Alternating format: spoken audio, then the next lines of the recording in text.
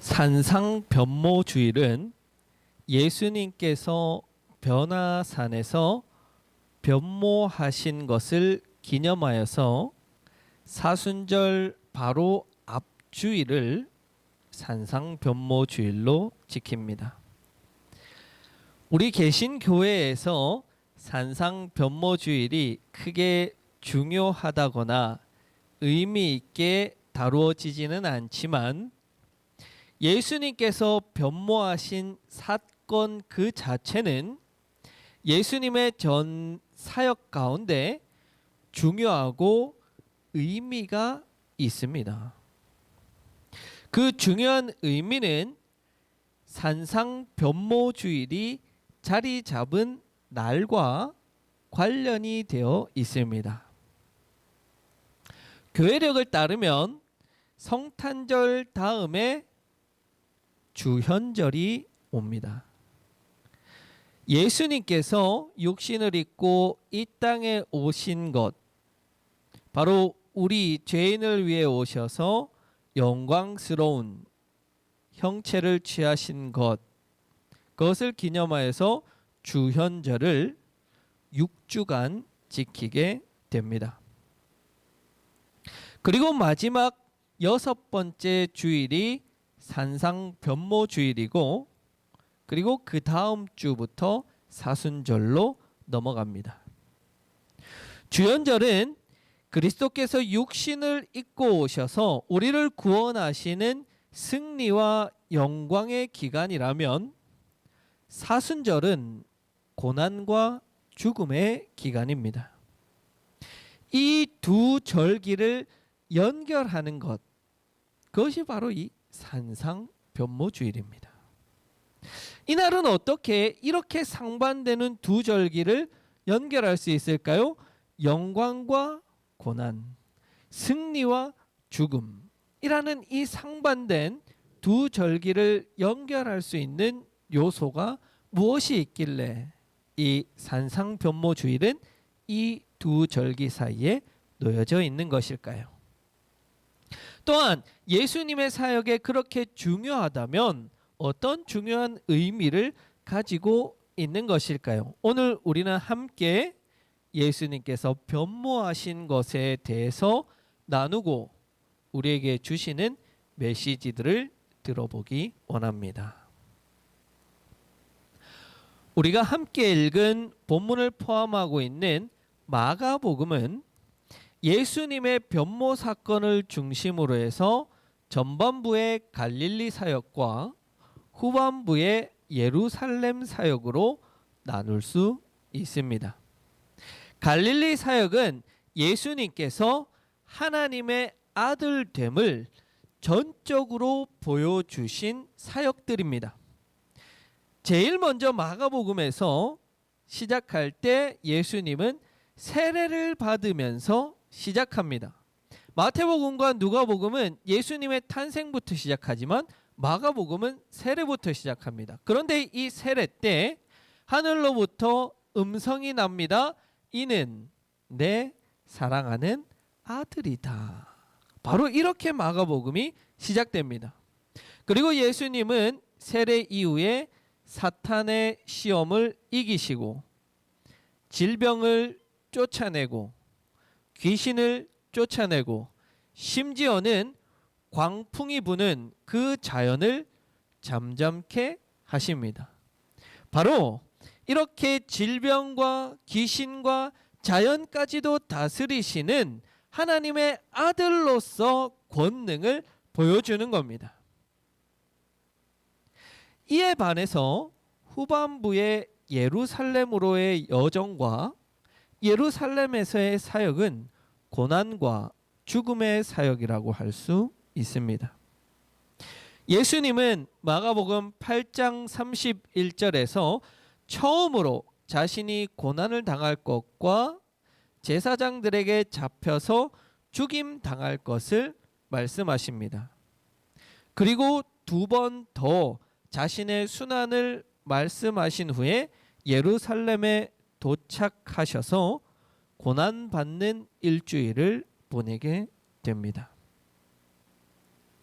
이러한 극적인 변화는 사실 제자들을 굉장히 혼란스럽게 만들었을 것입니다.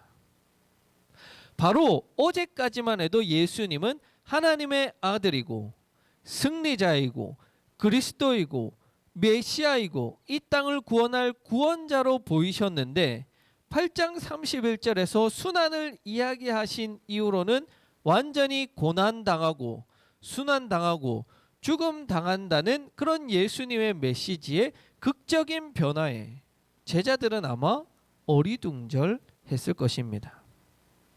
예수님께서는 지금까지 귀신도 내쫓고 질병도 이겨내고 자연까지도 다스리시는 분이신데 어떻게 제사장들에게 잡혀서 죽임을 당할 수 있을까?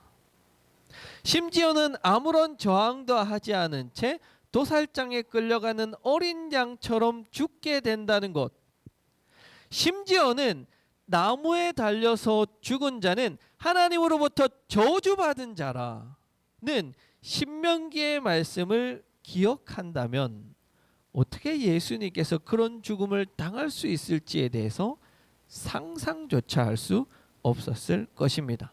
그래서 베드로가 순환당한다는 예수님의 메시지를 듣고 바로 한 것이 항변하는 겁니다. 예수님, 그럴 수 없습니다. 예수님 하나님 아들이잖아요. 어떻게 그럽니까? 안 됩니다.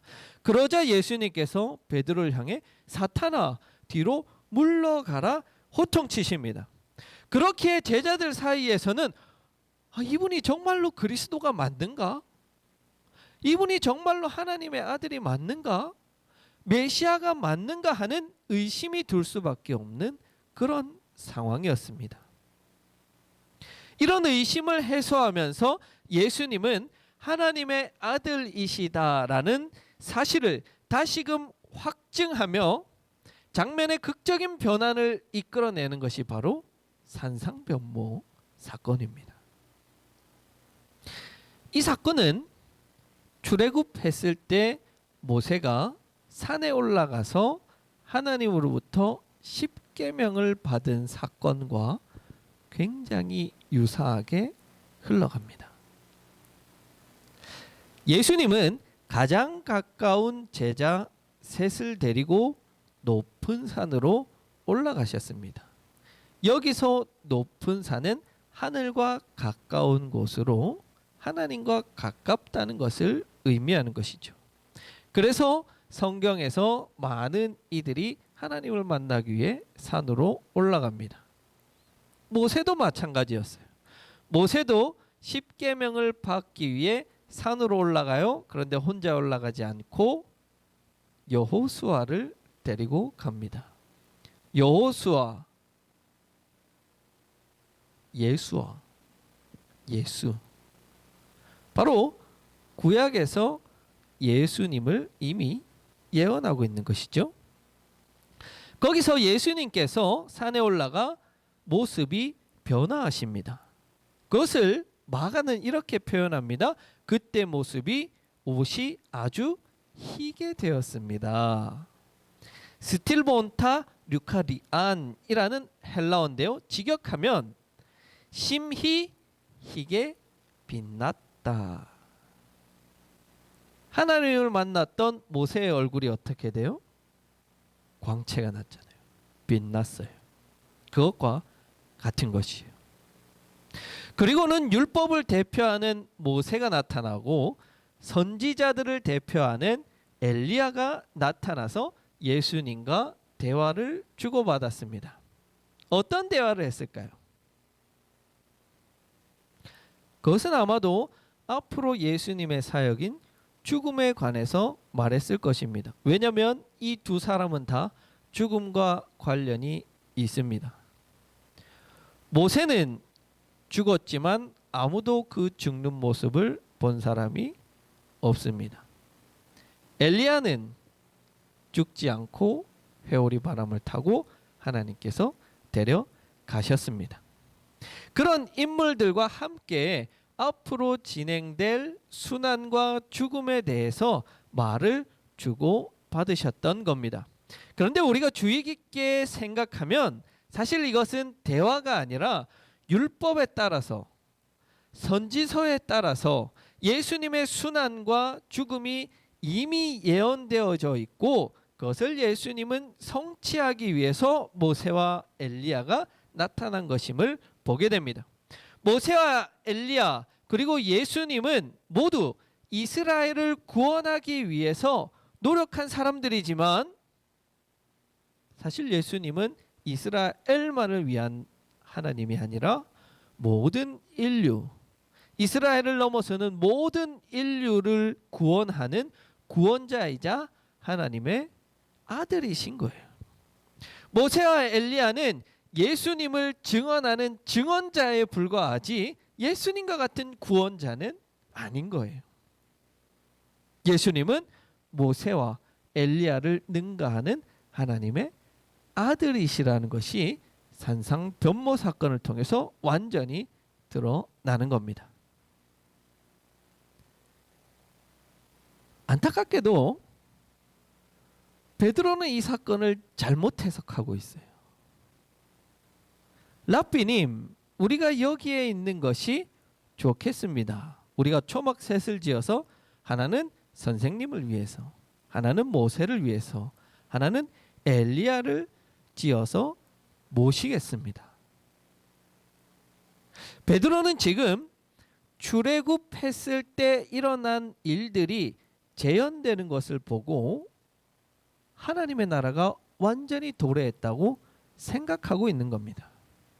그래서 출애굽한 이스라엘 백성들이 초막을 지어서 초막절을 지킵니다. 그것으로 인하여서 출애굽을 생각했던 것처럼 지금 베드로는 이 좋은 순간에 초막을 지어서 이것을 영원히 기억하고자 하는 그 순간을 영원히 지속시키고자 하는 마음이 있었습니다. 비록 우리는 베드로의 마음은 이해가 돼요. 얼마나 좋았으면.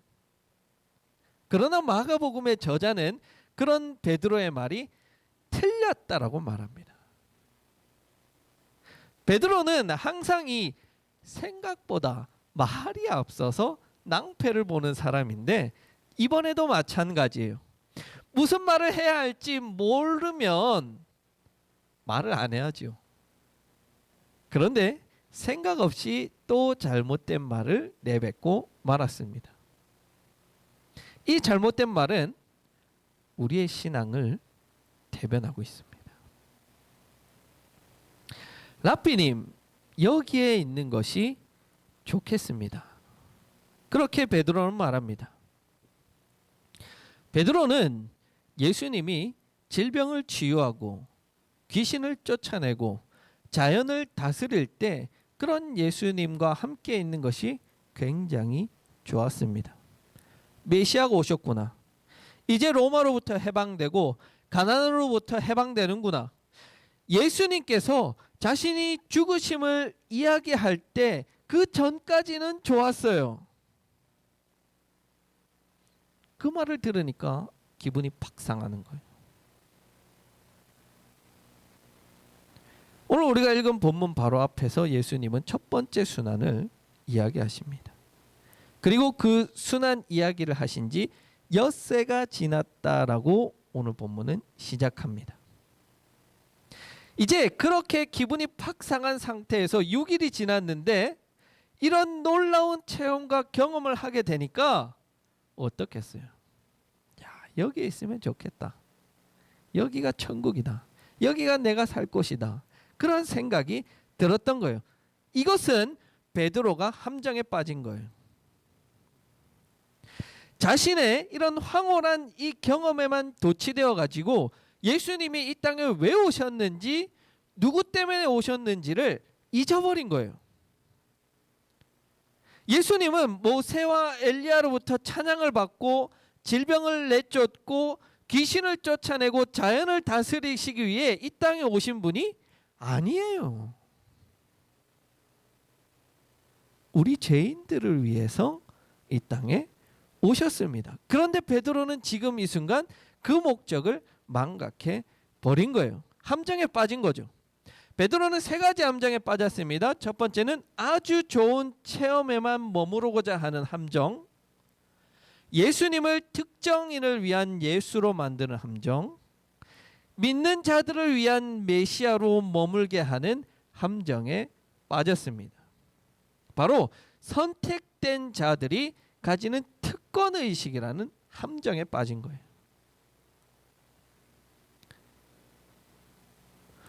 우리도 신앙생활 하다 보면 종종 참 놀랍고 좋은 경험을 하기도 합니다.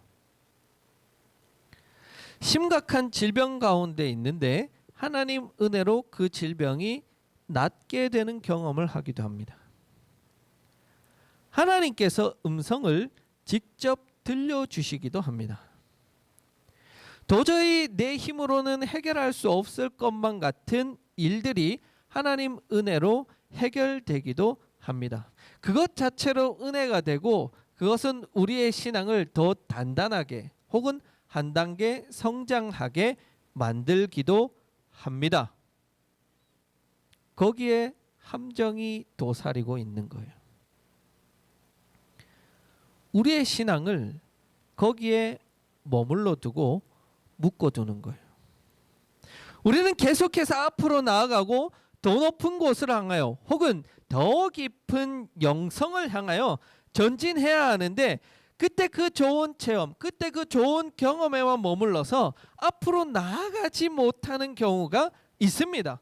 좋은 때만 해석하는 거예요. 아, 그때 좋았지. 그때 좋았지. 그때 하나님 나를 이렇게 만나 주셨지. 그때 내 신앙 좋았는데. 우리는 이렇게 어떤 좋은 경험에만 우리의 신앙을 묶어둘 때가 있다는 거예요. 그런데 그 좋은 신앙의 경험은 나의 신앙을 한 단계 성장시키는 단계이자 과정이지 그 좋은 경험이 우리 신앙의 종착점이 아니라는 말입니다. 우리는 황홀한 경험을 하기 위해 예수를 믿는 게 아니에요. 우리는 반드시 예수님을 만나고 그분을 경험한 후에는 예수님께서 하셨던 것처럼 세상으로 돌아가야 합니다.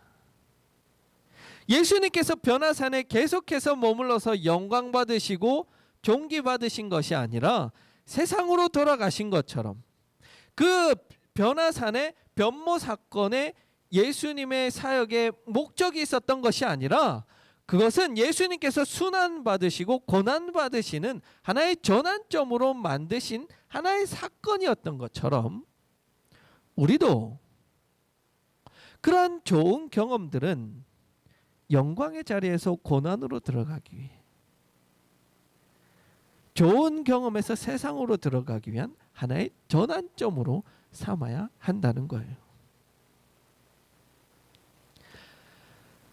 지난주에 설교 이야기를 했습니다.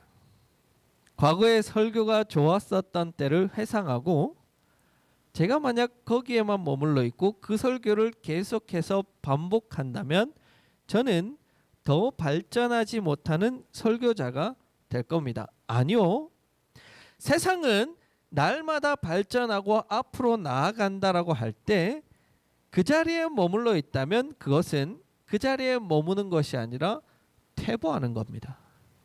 그래서 우리는 과거의 경험에만 머무르지 않고 계속해서 앞으로 우리를 매일마다 만나주시고 새로운 경험을 하게 하시는 예수님을 날마다 만나야 돼요. 매일매일 경험해야 돼요.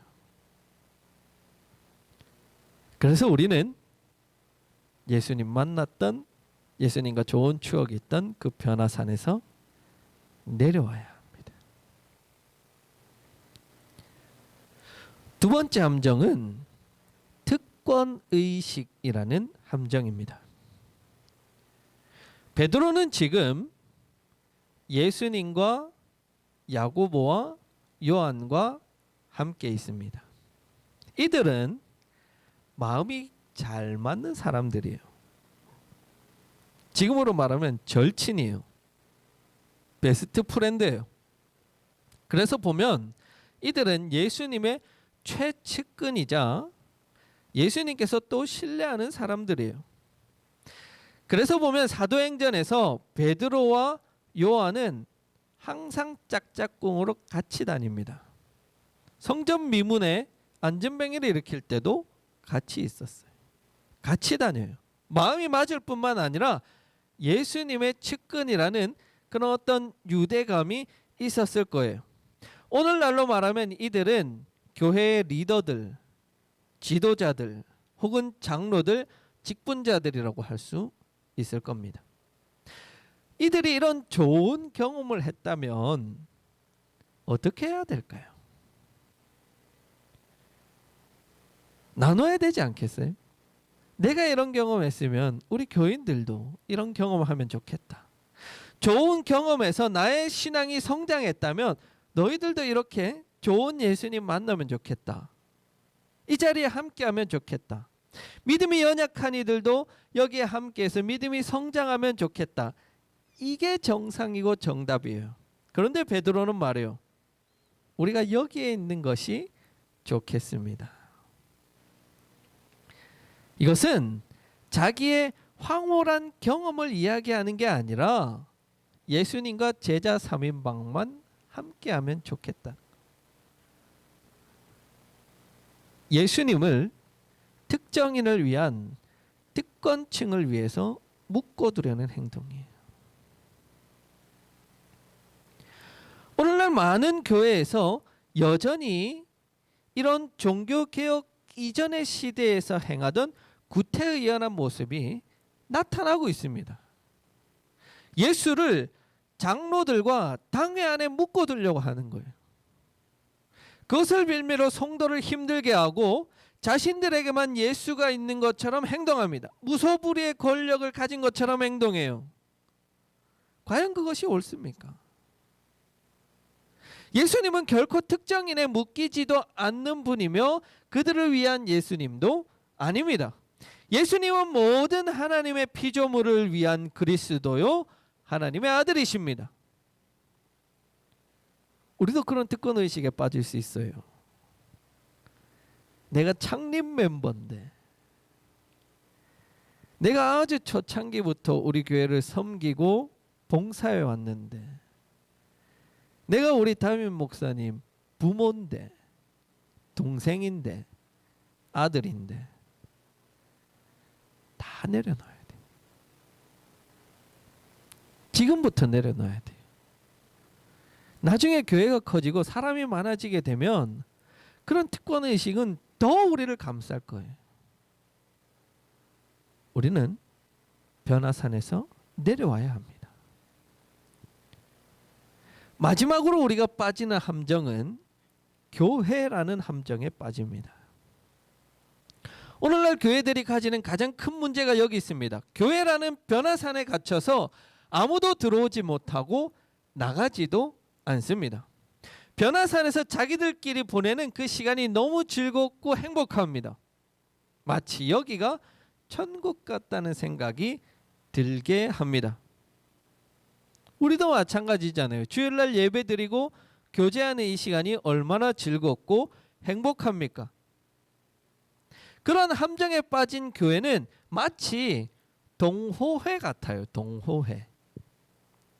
자발적으로 돈을 내고 모아서 함께 즐거운 시간을 보냅니다. 자기들만을 위한 공간이고 자기들만을 위한 시간이고 자기들만을 위한 재정이에요. 교회 밖의 이웃에 대해서는 관심 없어요. 그들이 가난으로 죽어가든지 질병에 의해 죽어가는 것에는 관심 없고 오로지 예수를 교회 안에 묶어두려고 하는 겁니다. 예수님은 교회 안에 묶이지도 않으시며 그런 교회 안에 계시지도 않습니다. 왜요? 예수님은 이미 세상으로 들어가셔서 죄와 고난의 가운데 계십니다. 그렇기 때문에 우리도 마냥 좋은 교회에 머무르지 말고 그 죄와 고난이 있는 세상으로 들어가서 그것을 또 다른 변화산으로 만들어야 할 필요가, 그 사명이 우리에게 주어진 거예요. 교회는 종착지가 아니에요. 교회는 예수님 만나고 세임 얻고 신앙을 성장하는 과정이자 단계에 불과해요. 여러분은 세상 가운데서 변모된 예수님을 만난 사람으로 살아가야 합니다. 변화산에서 내려오십시오. 우리는 여러 가지 이유로 여전히 변화산에 머물러 있기를 원합니다. 비록 그것이 어떠한 이유가 되었든지 간에 이미 예수님은 그곳에 계시지 않습니다. 영광을 받은 예수님은 고난의 자리로 들어가셔서 사람들을 구원하기로 결심하셨습니다. 그리고 그렇게 구원을 완성하셨습니다. 우리도 예수님을 만나 영광을 얻었다면 고난의 자리로 들어가야 돼요. 그 구원의 자리에 머물러 있지 말고 고난이 기다리고 있는 세상 속으로 들어가야 돼요. 그리고 그곳에 죽어가는 이들에게 예수님 만나게 해주는 것이 우리의 사명이에요. 지금 여러분들은 어디에 계십니까? 지금 여러분들이 위치하고 있는 자리는 어디입니까? 혹시 여전히 변화산에 머물고 계시다면 그 변화산에서 내려와야 합니다.